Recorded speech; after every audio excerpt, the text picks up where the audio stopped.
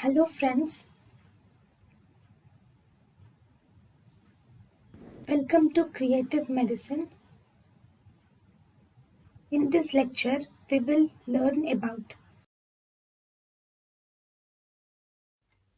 Prader-Willi syndrome is associated commonly with short stature in children. Prader-Willi syndrome is mainly due to the deletion of paternal genes on the proximal arm of chromosome 5. A patient with Prader-Willi syndrome presents with hypotonia, feeding difficulties, hyperphagia or obesity, hypogonadism. Other endocrine disorders like growth hormone deficiency, hypothyroidism, and adrenal insufficiency are associated with Prader-Willi syndrome. Prader-Willi syndrome is a genome imprinting disorder.